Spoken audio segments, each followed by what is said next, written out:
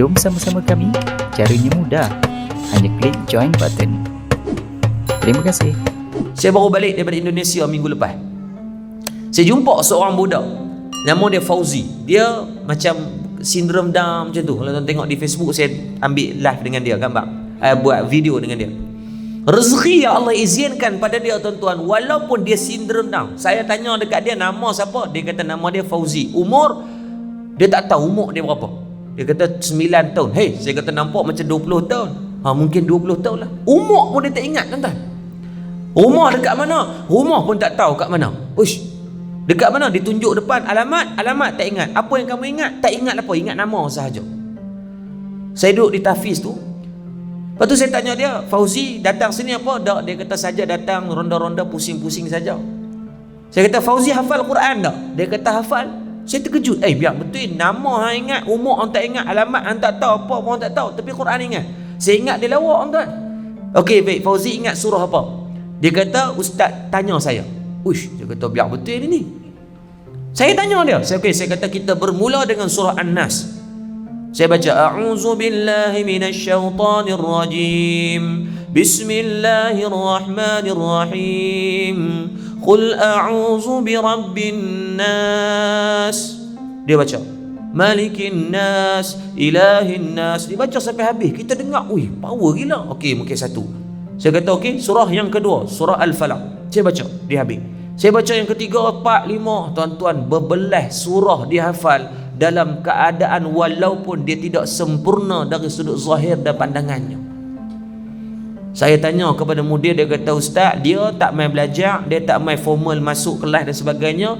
Kehidupannya setiap hari hanya sebabkan rumah di depan ma'had ataupun pesantren kami, maka dia akan ronda dalam tahfiz. Maka hanya meronda dia ingat belasan surah.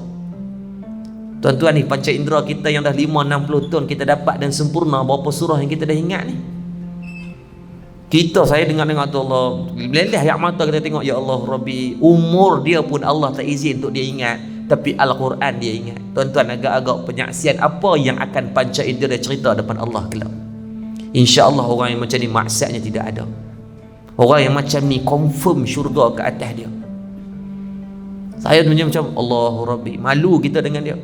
Dia pusing hari-hari, dia pusing tengok orang baca Quran, tengok orang hafal Quran dan sebagainya. Tapi tuan-tuan, belasan berpuluh surah yang dia ingat. Subhanallah. Sebab tu kalau kita tengok, maka sahabat Nabi ada yang kaya dan jangan letakkan satu gap dan persepsi. Jangan, tuan-tuan. Dia kata depa tu orang kaya, naik kereta BMW Mercedes buat apa? Dia kata mati naik kanda juga. Dia kata Pak Long nak marah kat depa buat apa? Allah izin dia ada rezeki lebih. Nabi sebut dalam hadis, Nabi kata apa? Di antara syurga dunia kepada seorang manusia ketika diberikan rumah yang baik, kenderaan yang selesa, jiran yang baik dan juga pasangan yang soleh ataupun soleha. Kenderaan yang baik ni apa? Berdasarkan hadis Nabi, kalau kita buka dalam kitab Syama'il Muhammadiyah, Rasulullah SAW sendiri di Madinah, Nabi memiliki kuda yang paling power. Kuda yang berbentuknya, kulitnya ataupun jadi bulu-bulunya sehingga kan ada mana kemerah-merahan sikit. Maksudnya kuda tu kuda yang paling berkualiti. Kalau ada kemampuan, tuan-tuan yang ada dalam ni, ya Allah izinkan ada kemampuan duit ringgit untuk beli kenderaan yang baik, silakan. Kalau ia memberikan kemudahan kepada kita, nak main masjid rasa selesa sikit, nak pergi kenduri rasa selesa sikit. Dia kata zuhud kita kena pakai kereta Datsun 1980. Nak pergi kenduri, tuan-tuan, 4 kali kena berhenti, aircon tak boleh pasang, sampai tuan-tuan peluh cerau. Jangan dia buat gelong macam tu. Zuhud bukan maksud dia macam tu. Zuhud ni kita tak meletakkan dunia dalam hati. Tapi salah dah untuk kita memiliki dunia, tak salah letaklah di tangan. Jangan salah tafsir macam tu. Abdul Rahman Auf kaya. Kalau kita tengok Sayyidina Uthman ibn Affan dalam perang Tabuk, dia menginfakkan 500 ekor unta. Tuan-tuan, 500 ekor unta kalau kita convert dengan duit sekarang, seekor unta kalau kita letak harga RM5,000, 500 kali dengan 5,000 dapat berapa? 2.5 juta, betul tak? 2.5 juta, tuan-tuan, bagi sedah macam tu dalam perang Tabuk pada tahun 9 Hijrah. Kalau dia tak ada duit, dia boleh bagi tak macam tu? Mana boleh, tuan. Kita bagi 50 pun ketak pala-pala, ingat sampai mati tu. Korban buat tahun 5 tahun lepas, tapi tahun ni kita masuk dah korban. Tahun ni tak masuk sebab apa? 5 tahun lepas masuk dah. Cukup lah nak sekok kat Padang Masyar, dia kata banyak-banyak nanti jadi jam pula. Boy, jauh dia hang fikir sampai jadi jam, dia kata. Tuan-tuan, kita sebab kita tak berapa nak ada, tapi kita akan rasa macam tu. Maka tidak salah pada orang ada. Dia kata naik khanda juga mati. Dia kata Pak Long duk marah kat dia. Pak Long naik kereta apa? Saya naik Proton biasa ya, Proton lama ya. Patut Pak Long jual kereta Proton lah, naik khanda siap-siap. Nak marah buat apa? Ketika mana Allah mengizinkan tuan-tuan ada rezeki yang lebih, belilah kenderaan yang selesa, tidak ada masalah. Tapi Allah uji kita dengan mungkin kekurangan duit. Janganlah gagah pergi beli kereta mahal-mahal pula. Gaji 2,000 beli kereta loan kereta 1,000, tak kegelong tuan-tuan. Nah, maka Nabi kata yang menjadi salahnya ketika mana pemilikan harta itu datang daripada sumber yang haram. Hari ini tuan-tuan, orang tak kisah pun duit datang daripada mana. Bukan payah lagi tuan-tuan, kita habis kuliah, tuan-tuan pergi cari pasar-pasar pagi, market pagi-pagi ni kan. Cuba tengok perniagaan macam mana agak-agak. Tuan-tuan, saya tahu lah kalau ada yang peniaga pagi ni, saya minta maaf, mungkin mudah-mudahan cuba kalau ada reason yang baik kita cuba bincang, tapi kalau tak ada tolong betulkan. Tuan-tuan perasan tak kadang-kadang orang niaga ikan, ayam, sotong pagi-pagi ataupun malam-malam kan, di pasar malam ataupun mana-mana lah. Saya tuan-tuan pergi market pagi. Yang pertama dia ada pinggan yang diletak bawah macam ni. Yang kedua nanti dia akan ada lagi satu pinggan yang transparent yang dia akan tunggingkan ke belakang, dia letak macam tu, baru letak bahan-bahan perniagaan. Betul kan?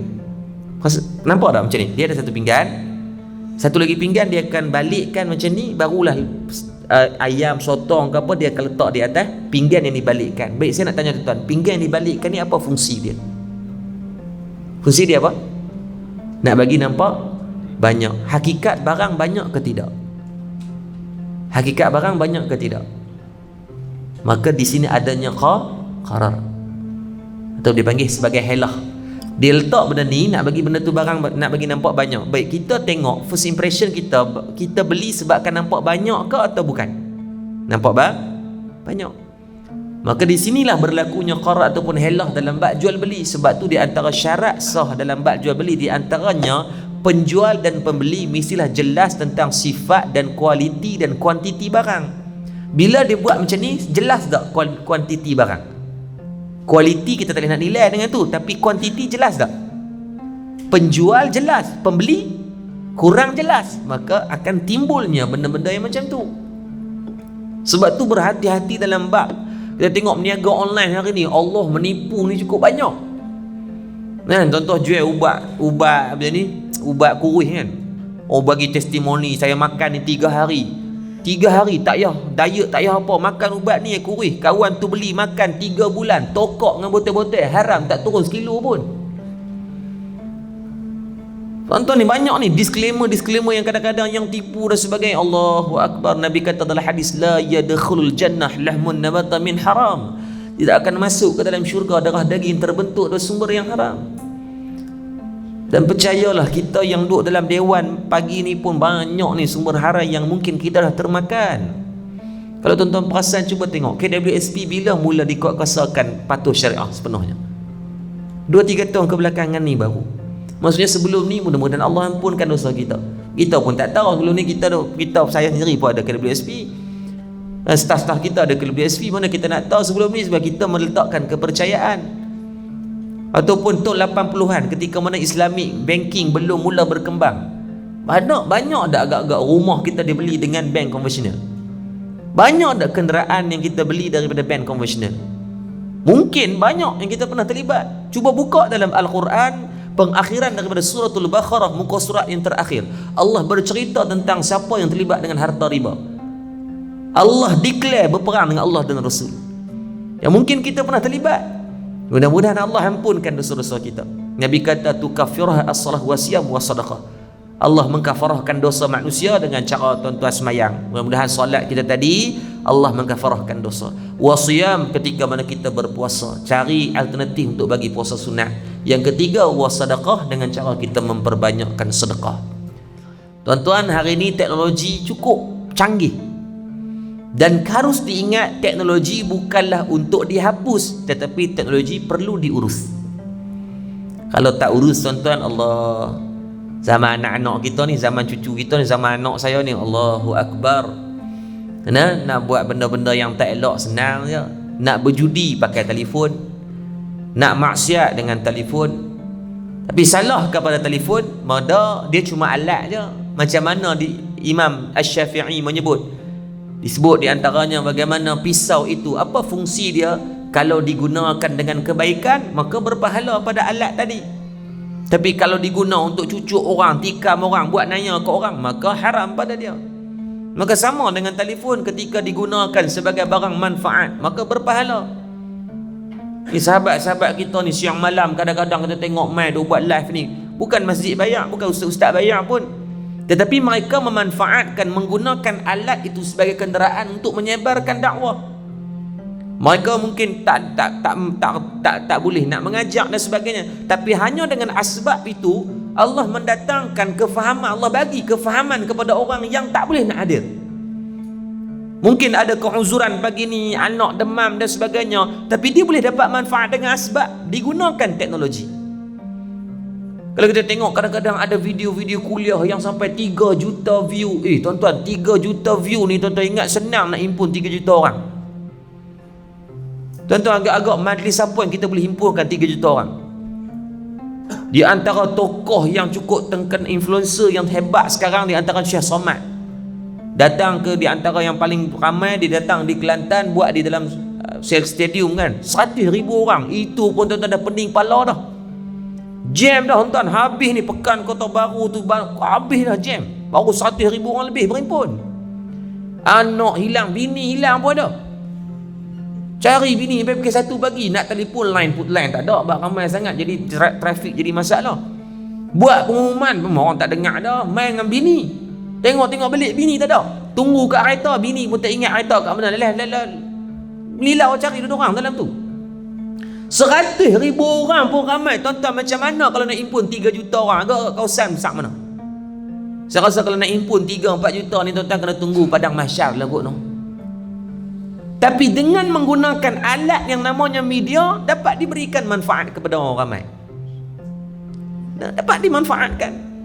Kita pagi ni mungkin ada 100-200 orang, tapi ada lagi 300-400-500 orang pula duduk di rumah. Mungkin janganlah sangka buruk, mereka mungkin ada sebab-sebab tertentu. Mudah-mudahan Allah lembutkan hati mereka, Allah bagi kelapangan waktu pada mereka, macam mana Allah izinkan pada kita pagi ni. Kita pun belum tentu lagi esok lusa, belum tentu lagi boleh main ni. Walaupun keinginan ada, tapi ketika Allah cabut nikmat kesihatan, tak boleh nak main juga. Nak main, tapi Allah bagi uzur syar'i. Dia kata, ustaz, saya tak uzur syar'i dah ustaz, monopos 5 tahun dah. 5 tahun pun kalau Allah buat main balik. Maklum jangan buat pasal benda ni tak ada masalah. Kita tengok bagaimana Siti Sarah, isteri kepada Nabi Ibrahim alaihi salam, pada umur dia dah cecah 90 tahun dikurniakan Nabi Ishaq alaihi salam. Maklum umur 90 tahun, maklum kalau mengandung agak jadi macam mana maklum. Kalau kita umur 50 tahun mengandung, perasaan mampu kena beletak dengan nurse. Siti Sarah mengandung Nabi Ishaq alaihissalam ni pada umur dia dah lama monopos, tapi kalau Allah izin jadi dah, jadi kun fayakun, tak ada masalah. Sebab tu manfaatkan apa jua bentuk teknologi yang Allah izinkan, manfaatkan, dan jangan dijadikan fitnah. Disebabkan fitnah yang besar datang dengan teknologi, datang daripada panca indera mata.